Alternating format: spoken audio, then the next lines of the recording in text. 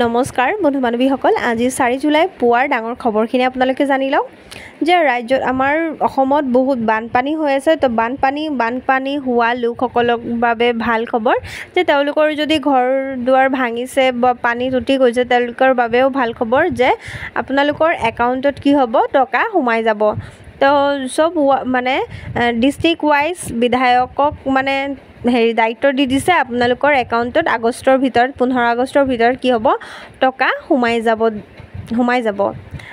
আৰু 2 নম্বৰ খবৰটো হৈছে যে আৰু 6 দিন মাত্ৰ সময় আছে অৰুণোদয় আঁচনি লাভ কৰা মহিলাসকলে যদি এতিয়ালৈকে বেংক একাউণ্টৰ লগত আধাৰ কাৰ্ড লিংক কৰা নাই বা বেংক একাউণ্টৰ লগত মানে মোবাইল নম্বৰ লিংক কৰা নাই, সোনকালে কৰি লওক, কিয়নো আপোনালোকৰ মাত্ৰ 6 দিন আছে।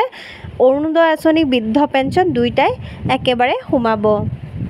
3 নম্বৰ খবৰটো হৈছে আপোনালোকেতো জানেই যে ভোডাফোন, এয়াৰটেল, জিঅ' চব প্লেন বঢ়াইছে। তো আপোনালোকে যদি আপোনালোকে কি কৰে, ৰিচাৰ্জ কৰে, তেতিয়াহ'লে বেছি টকা দি পেলাই ৰিচাৰ্জ কৰিব লাগিব। আৰু 4 নম্বৰ খবৰটো হৈছে যদি আপোনালোকে এতিয়ালৈকে ৰেচন কাৰ্ড এপ্লাই কৰা নাছিলে, মানে নতুনকৈ এপ্লাই কৰা নাছিলে, তেতিয়াহ'লে আপোনালোকৰ সুলভ মূল্যৰ দোকানীৰ লগত আলোচনা কৰক যাতে সোনকালে আপোনালোকৰ নতুন ৰেচন কাৰ্ড হৈ যায়। কিন্তু আধাৰ কাৰ্ড থাকিব লাগিব, তেতিয়াহে হ'ব।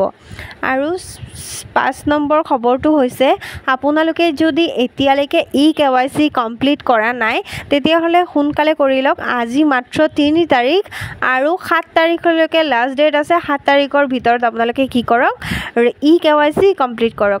আৰু যদি আপোনালোকে ৰাজ্যৰ বাহিৰত আছে তেতিয়াহ'লে ৰাজ্যৰ বাহিৰতো আপোনালোকে ৰেচন কাৰ্ডৰ KYC কমপ্লিট কৰিব পাৰিব। বহুতে KYC মানে সেইটো বুজি পোৱা নাই, আপোনালোকে সোনকালে KYC কৰক, নহ'লে আপোনালোকে কি হ'ব, চাউল নাপাব। তো সোনকালে 7 তাৰিখৰ ভিতৰত KYC কমপ্লিট কৰক। আৰু ৰাজ্যৰ বাহিৰত থাকিলে তেতিয়াহ'লে খালি আধাৰ কাৰ্ড আৰু ৰেচন কাৰ্ডৰ নাম্বাৰটো খালি লাগিব, আপোনালোকে ৰাজ্যৰ বাহিৰতো কৰিব পাৰিব।